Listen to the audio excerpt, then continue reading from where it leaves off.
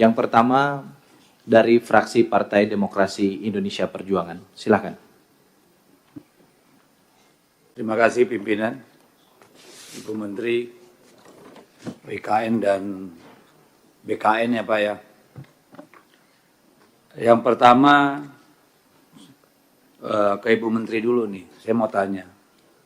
Saat ini progresnya seluruh konfigurasi pegawai, kementerian, lembaga, pasca pelantikan kabinet kemarin sudah sampai mana Bu? Apakah seluruh pos sudah terisi? Ya, apakah sudah melalui proses yang seharusnya? Sudah sampai di mana? Kita pengen tahu. Karena yang kalau tidak salah kita dengar kan harus Desember ya. Waktu yang diberikan oleh Presiden.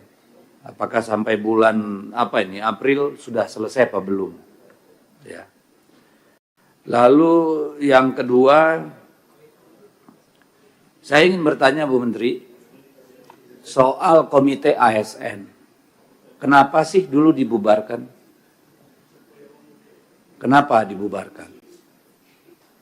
Lalu siapa yang mengawasi sekarang? Karena ASN ini Bu, ini kompleks. Kita mengamati kemarin dalam pilkada bagaimana banyak sekali ASN terlibat dalam pilkada. Ini bagaimana? Apakah ada rencana menghidupkan kembali ke ASN? Polisi ada Kompolnas, Kejaksaan juga punya. Kok ASN yang merupakan motor birokrasi, yang pegang anggaran dan jejaring, itu nggak ada yang ngawasin. Ini tanggung jawab konstitusional kita seperti apa? Ya, itu yang pertama.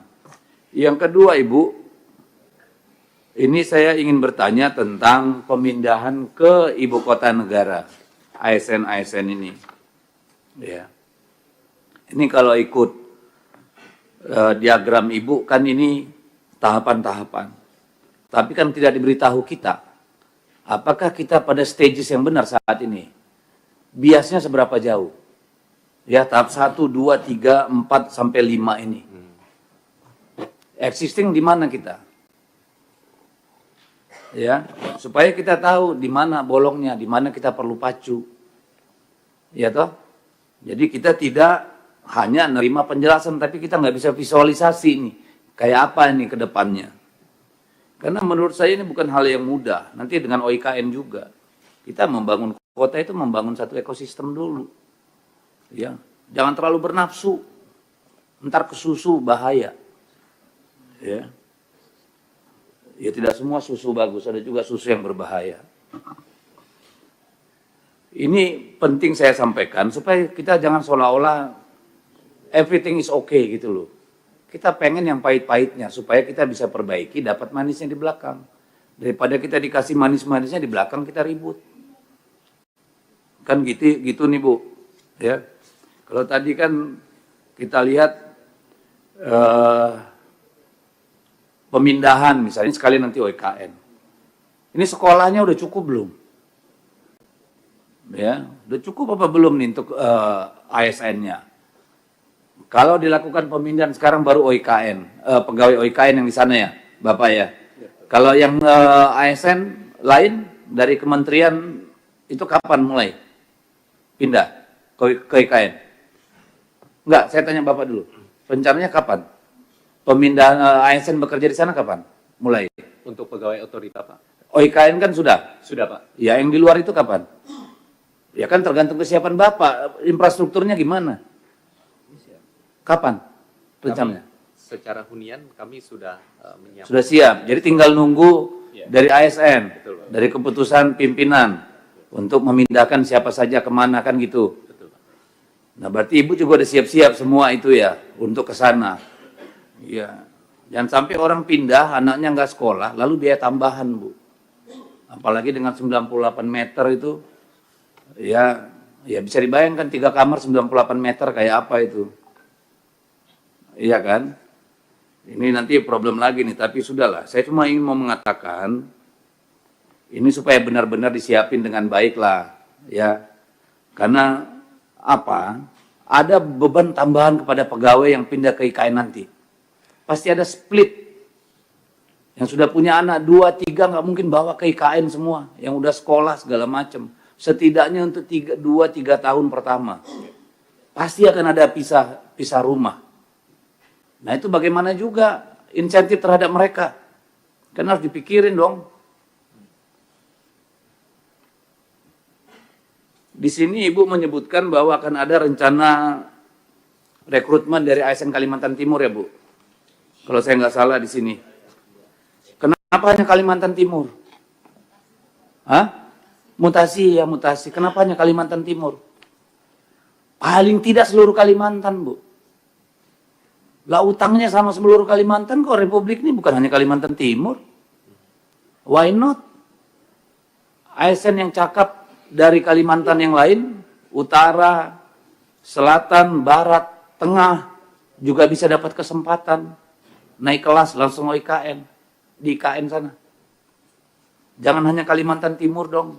Saya minta dibuka juga kesempatan untuk Kalimantan yang lain dan terutama nanti daerah-daerah timur. Jangan dipindahin dari Jawa semua, Bu. Tolonglah. Kalau mereka belum siap, disiapkan, dilatih, diberdayakan. Itu baru ada gunanya kita pindah ibu kota. Kalau enggak cuma pindahkan kantor. Jadi tolong itu diperhatikan. Ya, kalau memang belum, ya pemberdayaan dulu, kayak apakah masa persiapan atau apa gitu. Intinya kan nggak ada orang yang nggak bisa di-upgrade. Lo orang dari tentara bisa jadi dirjen kok. Kenapa orang sipil sendiri yang sama-sama lulusan STPDN kenapa nggak bisa? Logika saya begitu Bu. Jadi tolong dibuka kesempatan nanti untuk Kalimantan, lalu Sulawesi, Nusa Tenggara, Papua, Maluku. Itu dulu baru bicara kita keadilan buat Republik ini dengan pindahnya IKN.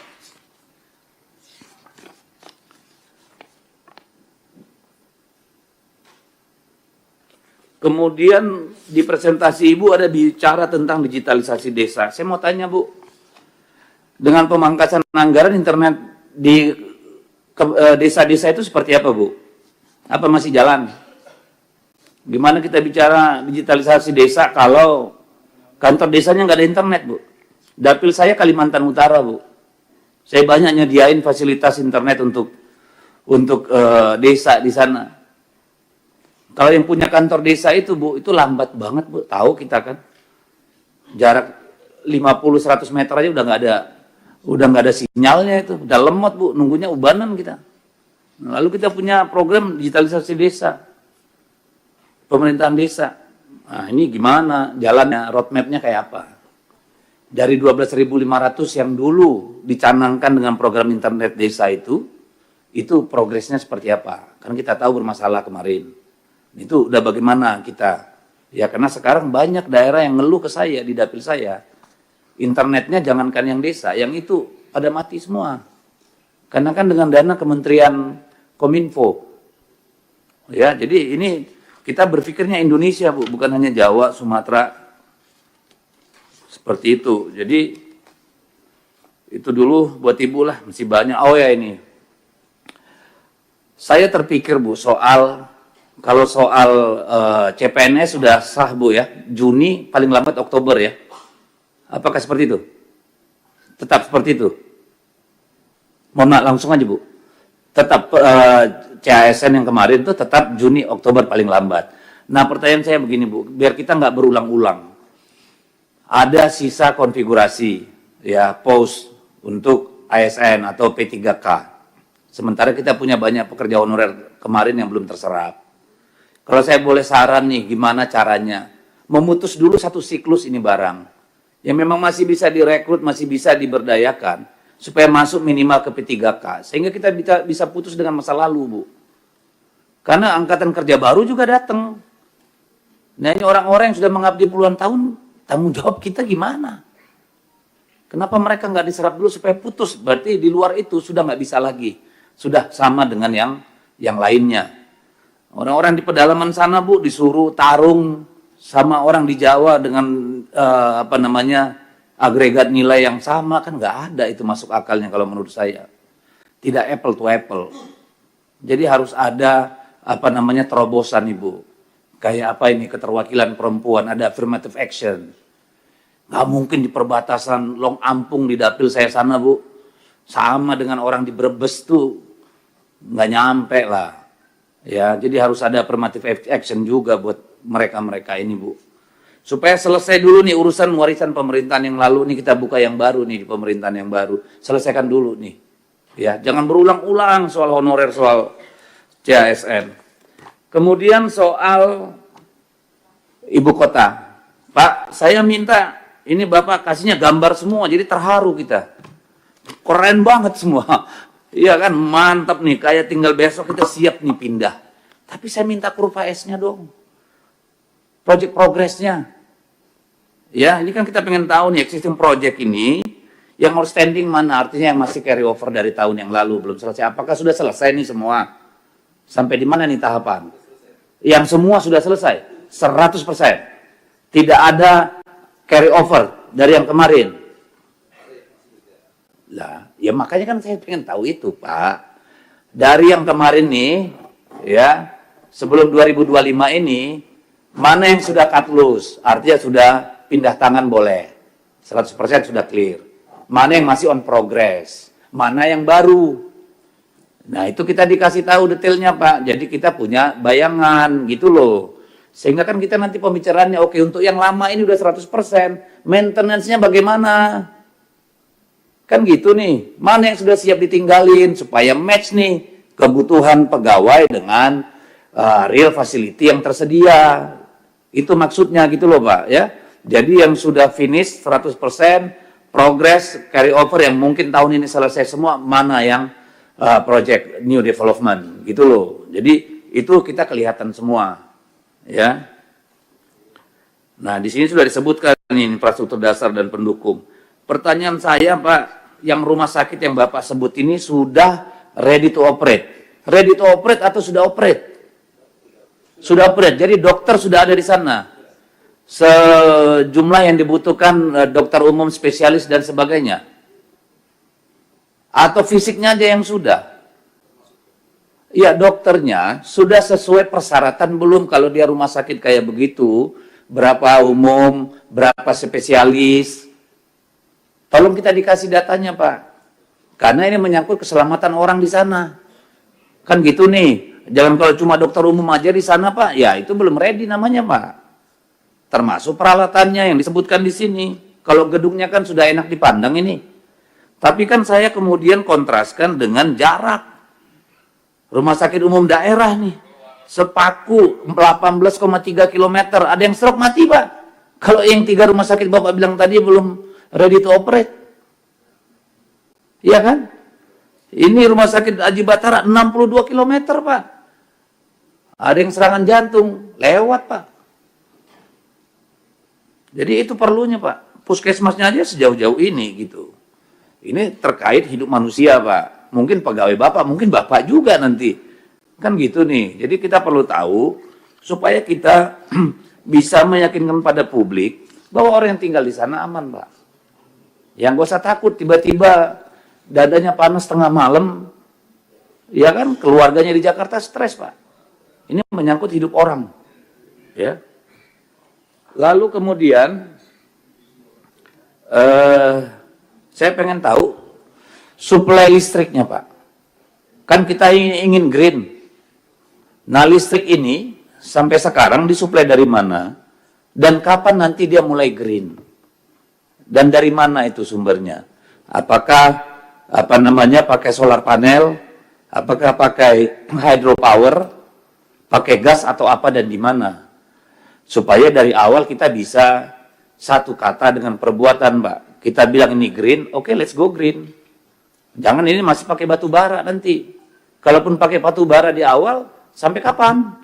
Kan gitu nih kita pengen tahu. Ya. Jadi ini penting buat kita ketahui. Lalu terakhir untuk OIKN. Kita kan mendengar banyak sekali keluhan, Pak, dari vendor, supplier, ya, tidak langsung ke Bapak pastinya, pasti pada main kontraktor, yang kebanyakan BUMN. Ini banyak yang tewas, Pak. Saya ingin coba Pak dipanggil mereka, ditanyain, mereka masih punya tanggung jawab kepada vendor ya mana saja, seberapa besar, karena ya kan jangan sampai pembangunan ini cacat juga Pak, dalam artian terbangun indah tapi banyak korbannya Pak, perusahaan-perusahaan kecil Pak, pemasok batu, penggerak tenaga kerja, ya nanti mungkin orang ME-nya nggak dibayar lah gitu-gitu kan. Jangan sampai ada yang begitu Pak, supaya bersih dari awal nih barang maksudnya. Ya, karena pasti mereka nggak nyampe ke Bapak, mereka ngeluhnya kan ke main kontraktor. Ya, karena banyak sekali yang sudah ngeluh kepada kami soal ini.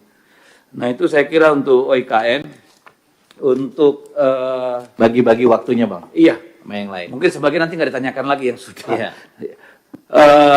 Karena 3 soalnya. Terakhir ya pimpinannya. Ini soal ini apa istilahnya ini? Komite apa sih? Bukan komite, apa namanya? Apa namanya Bapak tadi? BKN. Pak, ini ada istilah apa ini? Tindak lanjut. Provinsi mengkoordinasikan kabupaten wilayah timur, kabupaten wilayahnya, kota untuk percepatan pengusulan NIP dan segala macam. Pak jemput bola Pak. Nanti banyak juga yang di provinsi nggak mau, atau kabupaten kotanya ngopling Pak. Jangan ditunggu lah Pak, kasihan nanti ini molor, CASN-nya sudah mundur dari pekerjaannya, tapi karena kabupaten kota dan provinsinya tidak bekerja, sementara Bapak nunggu bola, yang korban mereka Pak. Ya, tolong ini diperhatikan dengan baik. Ya, saya kira itu aja pimpinan. Terima kasih. Terima kasih.